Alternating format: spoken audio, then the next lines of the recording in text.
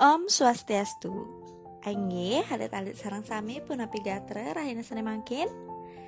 Semoga semua dalam keadaan yang sehat, bahagia, kuat, bersemangat. Nah, semoga semuanya bahagia ya mengikuti pelajaran hari ini karena 2 minggu kemarin sudah libur. Sebelumnya, ayo siapkan dulu buku, kertas, dan pulpennya. Nah, di pertemuan sebelumnya kita sudah mempelajari 3. Ada Pidarta Bali, Wangun Pidarta, dan juga Tata Cara Mapidarta. Ada yang masih ingat? Jika sudah lupa, ayo dibuka lagi buku catatannya dan dibuka lagi video yang sudah Ibu berikan linknya. Silahkan ditonton karena minggu depan anak-anak ada UTS atau ulangan tengah semester. Untuk pertemuan kali ini, indikator atau tujuannya hanya satu, yaitu mapara indi agam-agam utawi tatikas mapidarta. Nah, nanti kita akan membahas tentang aturan-aturan dalam berpidato. Jadi nanti disimak juga agar paham ya anak-anak semuanya. Oke, tatikasnya itu ada 5. Yang pertama itu wicara. Wicara inggih punika bagaimana caranya kita untuk mengolah tema atau menyampaikannya. Misalkan kita mau membahas tentang COVID-19. Apa saja yang kita bahas di sana supaya tidak menyinggung dan juga supaya sesuai dengan tujuan pidato. Yang kedua nih kawentan wirama atau intonasi. Pas kapan kita harus nada bertanya, pas kapan kita nada titik, pas kapan kita tanda menyuruh, itu termasuk intonasi. Yang ketiga itu wirasa, bagaimana perasaan kita dalam menyampaikannya, penghayatan kita. Yang kelima nih kawentan wiraga atau bahasa tubuh. Dalam berpidato tentunya kita dilihat oleh halayak umum dan tentunya kita harus bisa menggunakan bahasa tubuh yang baik dan benar. Misalkan berdirinya bagaimana, matanya melihat kemana, tangannya, kakinya. Jangan sampai pas berpidato matanya tertutup.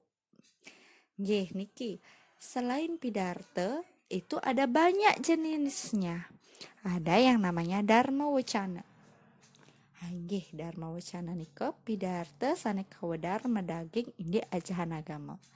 Pernah ada yang melihat di Bali TV Dharma Wicana dari Ide Pedanda. Nah, itu dah membahas tentang agama, entah itu Trikaya Parisuda dan lain sebagainya. Kalau Sembrama Wacana itu inggih pinaka kata penyambutan. Misalkan nih, anak-anak liburan waktu ini ke Bedugul, terus di sana disampaikan kepada para tamu. Nah, itu disebut dengan Sembrama Wacana. Selain itu ada namanya Widya Tula atau Mlik Bagang indi keweruhan pengetahuan. Ini biasanya berdiskusi tentang pengetahuan atau ilmu pengetahuan. Misalkan diskusi antara guru dan murid, diskusi di sekolah, di perpustakaan tentang pelajaran. Dharma Swaka. Nah, ini biasanya bebaosan yang meminta dukungan atau anak-anak pernah nggak ada katanya calon DPR datang ke desa. Nah, itu biasanya mereka nunas dukungan atau pada saat pemilu atau pilkada. Selanjutnya ada simekrama, itu patemon jagi mausan pedharma swakan. Nah, yang ini biasanya begitu juga ada pejabat datang ke rumah, ke desa, setelah itu mereka berkenalan, saya dari sini. Nah, seperti itu.